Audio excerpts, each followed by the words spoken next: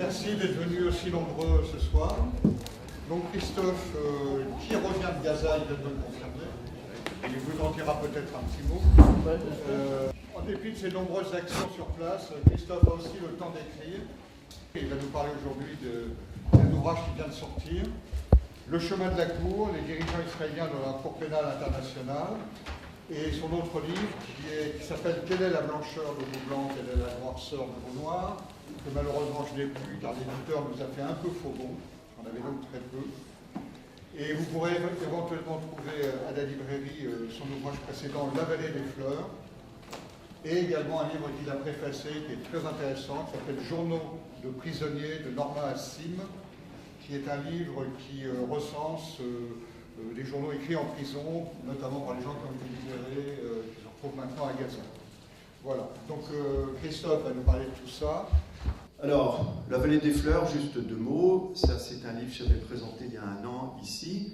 C'est un livre qui raconte l'histoire de l'expulsion de 400 sympathisants du Hamas et du djihad islamique en 1992, juste au moment où les accords d'Oslo allaient s'amorcer. Donc, c'était important d'écarter une opposition potentielle.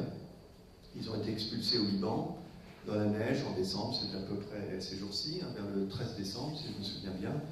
Et ils ont fait un buzz médiatique, il n'y avait pas Internet, il n'y avait pas tout ça, mais ils ont décidé de rester sur la frontière, dans la montagne, dans la neige, et de se serrer les uns contre les autres, un peu comme les manchots, vous voyez, au Groenland. Évidemment, ça a surpris, les journalistes sont arrivés, ça a été un véritable buzz, et ils ont enfin pu connaître leurs revendications, comment ils voyaient l'évolution. Il y avait des intellectuels, il y avait 17 professeurs d'université, il y avait des médecins, des étudiants. Ils ont créé une université en s'asseyant sur des cailloux, ils ont fait passer des diplômes, etc.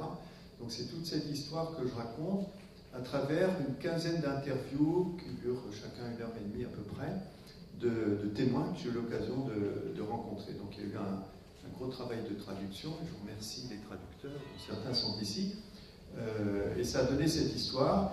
Et cette histoire, à mon avis, est d'autant plus intéressante qu'un certain nombre de personnages de la vallée des fleurs, vous voyez qu'il n'a rien de fleuri, hein, c'est un endroit complètement austère dans la montagne libanaise, eh bien, un certain nombre de ces personnages sont aujourd'hui aux commandes. Ou plutôt, ils y étaient, ils n'avaient pas été choisis au hasard, encore que, on raconte l'histoire d'un gars qui était en train d'acheter des kebabs, et on a embarqué le gars et le vendeur de kebabs, vous voyez, en même temps. Mais pour la plupart, ils étaient identifiés. Et c'est par exemple, quand je dis ils sont aux commandes, ils ne sont plus depuis l'accord d'avril 2014, c'est-à-dire Ismaël Haniyeh, Mahmoud Zahar, le doyen de la faculté de médecine, des profs d'université, puis aussi d'autres gens. Et donc c'est l'histoire un peu fondatrice du Hamas. C'est, disons, le moment où le Hamas a été sous le feu des médias internationaux. Pour la première fois, on a découvert qu'il existait.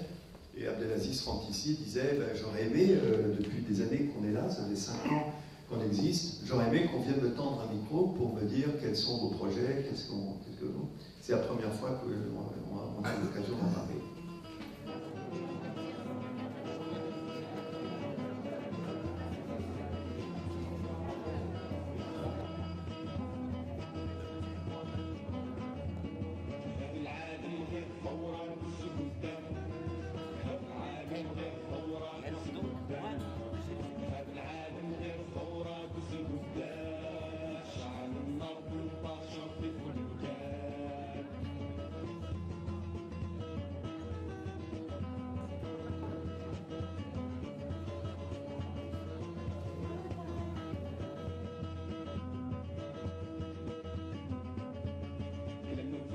ما يبقى فيها تخمم لما نفسر ما